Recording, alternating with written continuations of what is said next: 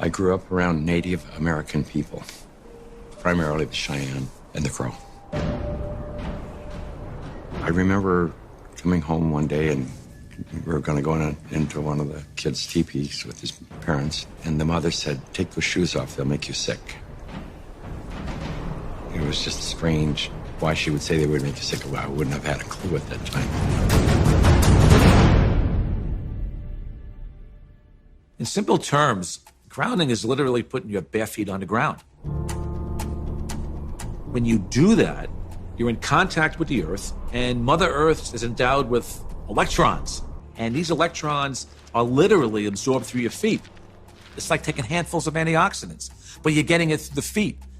Grounding means connecting to the earth to support the specific function of the organs of your body.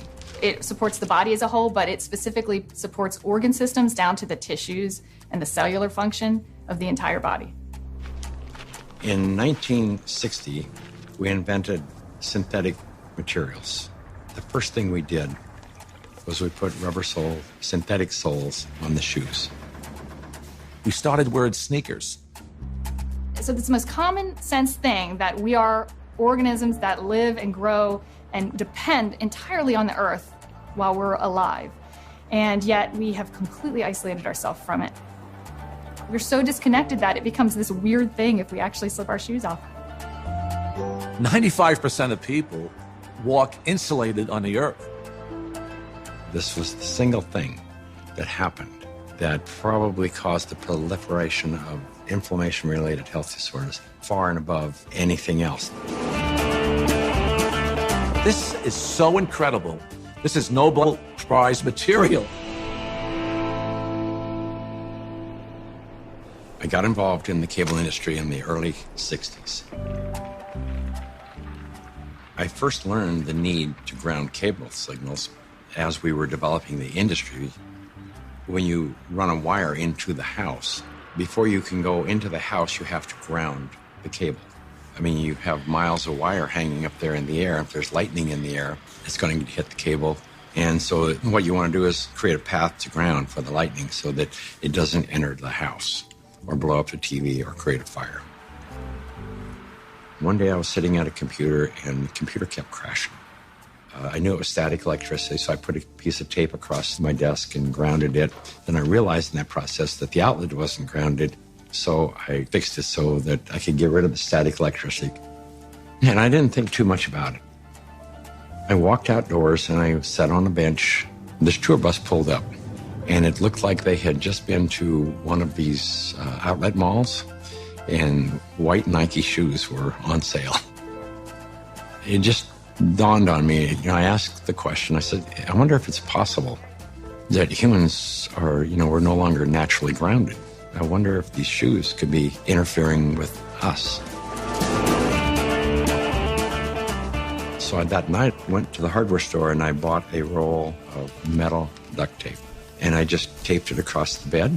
I threw a wire out the window and it had a ground rod outside. I connected to the ground rod on one side, connected to the metal duct tape that I had laid on the bed. So when I laid down on the duct tape, I was like grounded because it was connected to the earth.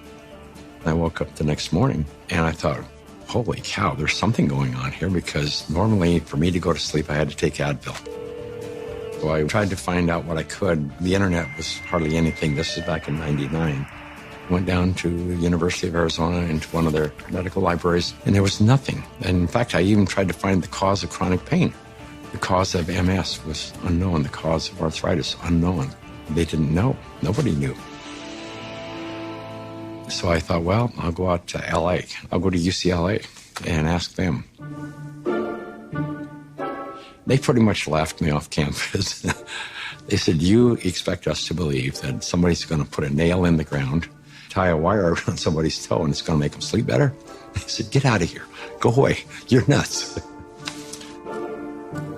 So I ended up having to put together my own study, and we grounded 60 people, and the reports that came in were unbelievable. TMJ disappeared, PMS disappeared, inflammation reduced, pain. Everybody slept better. Found an anesthesiologist in San Diego, and he says, I don't think there's anything to what you're doing. There's got to be an anomaly here, but I'll entertain you. He says, I will prove that you're wrong. We did the study. It's the first study that I did that was a legitimate study where we had quantifiable data. Then we decided, well, we're going to do a big study now. And we ended up attracting scientists, physicists. When they saw the study, everybody said, well, this is really pretty interesting.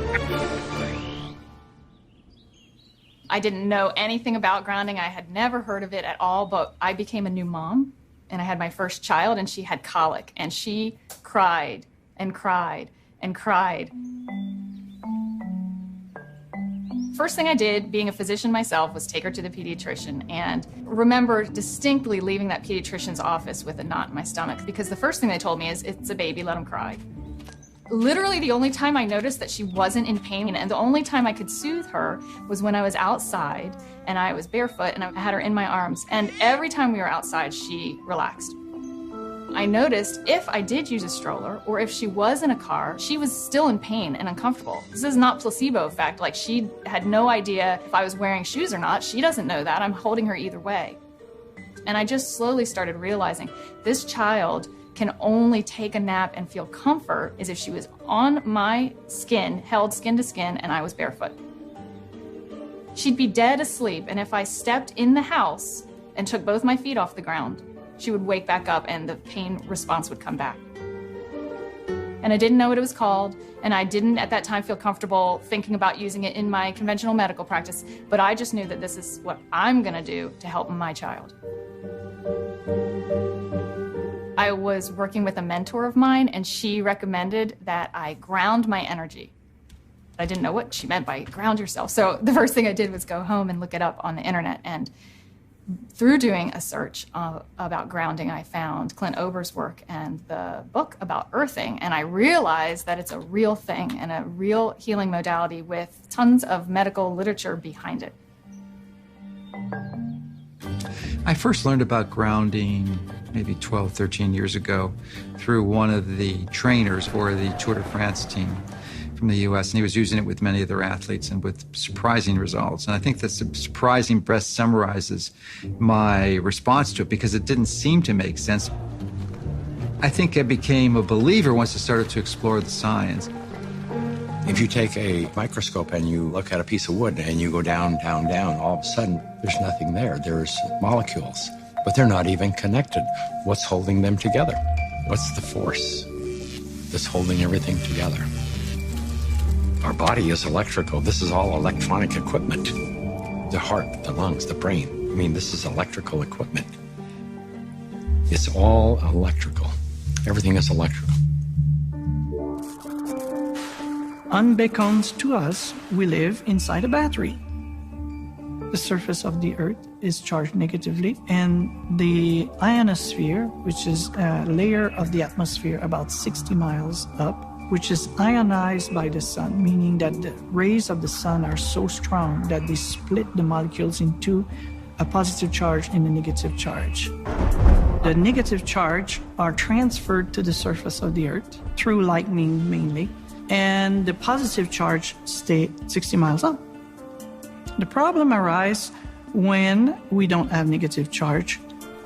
So we need grounding just as we need air and we need sunshine. Stephen Sinatra, who was a cardiologist from back east, was attending a convention. We sat down with Stephen and told him the story of what I was doing. Now he said, well, if you're affecting pain, he says, you need to be researching inflammation. You don't have arthritis, you don't have cancer, you don't have all these health disorders. What you have is chronic inflammation. We have so much inflammation in the body, and it comes out in illnesses. We go to a doctor with all these complaints, but a lot of it is silent inflammation, including my specialty, heart disease. Heart disease is an inflammatory process. So how do we reduce inflammation? Inflammation is produced by neutrophils, which is a white blood cell. You have an injury, you have a damaged cell. And so these white blood cells come over and they encapsulate the damaged cell and they release reactive oxygen species, which rip electrons from the damaged cell, and that destroys the damaged cell. If there's not enough free electrons there to reduce the remaining radicals, they're going to steal an electron from a healthy cell and in the process damage it. Then the message goes out to the immune system and another neutrophil does the same thing, eliminates that cell, and then you end up with a chain reaction. ATP is short for adenosine triphosphate. It's the energy currency of the cell. So we're bioelectrical beings. That's the currency of our body. That's how it works. That's how we run our biological systems, is by generating this electrical energy that's transferred. And when we connect to the earth through a conductive surface in some way, there's a transfer of electrons that slowly go into our body. In situations where we are insulating ourselves from this surplus of electrons into our body, we're going to get the absolute opposite. So instead of having low levels of inflammation and a thin blood, we'll have thick blood that's more likely to clot, and our levels of inflammation tend to increase. You could take anybody who has chronic pain. It doesn't matter who they are. It doesn't matter what's wrong. And ground them, and you're going to have a significant reduction in pain. You're going to stop the oxidation or the inflamed portion. That stops almost immediately. Then the body can heal and return to normal. And healing generally is improved by 60-70%. If inflammation is the cause of all these health disorders, then I know that not grounding is the cause of inflammation, because if the body is grounded, you can't have inflammation. Can we measure the effects reproducibly? The answer to that is yes. We now have 20 studies. There's 21 published studies in the medical literature on earthing and grounding. And this is peer-reviewed stuff. In simple terms, what earthing does is literally it quenches the fires of inflammation. And if inflammation is the source of all root illnesses, including Alzheimer's disease, cancer, heart disease, diabetes, I mean, the list goes on and on. If you can impact inflammation and, squelch it, kill it, stop it, we're going to be healthier beings. So, why hasn't it caught on in mainstream? I can only say it will. There's a well-established, traditional, conventional system that relies on expensive intervention. So they'd like to perpetuate that, and they're not too interested in having some competition coming in for a lot less expensive to sort of sabotage their profit levels. Because their goal isn't to help humanity. Their goal is really, as corporations, is increase their profit.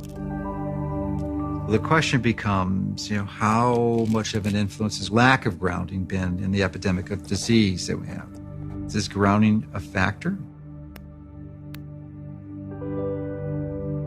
The light switch went on, and I thought, we're doing things completely backwards here. A typical day for a child is completely ungrounded. Most children wake up sleeping on a bed that was not grounded in a house or a building or on a floor that was insulated from the earth. And then they go immediately into a classroom that's insulated. And even on recess, in the recess period, they go outside and are literally fenced in, and they're paved with asphalt. And then they have after-school activities, which are either indoors, or if they're outdoors, they are literally required to wear protective gear. Even if they're exercising for 2 hours after school, 100% disconnected from the earth. And then they go home, and they go inside, and they eat dinner, and they do homework all hours of the night, and then they pass out in an ungrounded bed. So that's a 24-hour period of time, completely ungrounded, and that goes on day after day after day. There's a resistance to integrating novel thoughts. And many times new ideas aren't implemented until the people who hold the counter opinion die. The good thing about grounding is that you don't need a doctor to tell you to do it. You do not need a physician to recommend it to you. You can try this anytime. It is your birthright because you live on the earth. I ground every day. Hey, I want to be connected to the earth as much as I can. I would say about 95% of the day I am grounded, because I believe it's just a no-brainer. Go outdoors, take your shoes off, stand barefoot on the earth, or sit on the earth, put your feet and your hands on the earth, and you will instantly notice the pain and inflammation begin to drain from your body. I got my life back is probably the most common refrain that I hear. Thank you, I got my life back. I got my life back.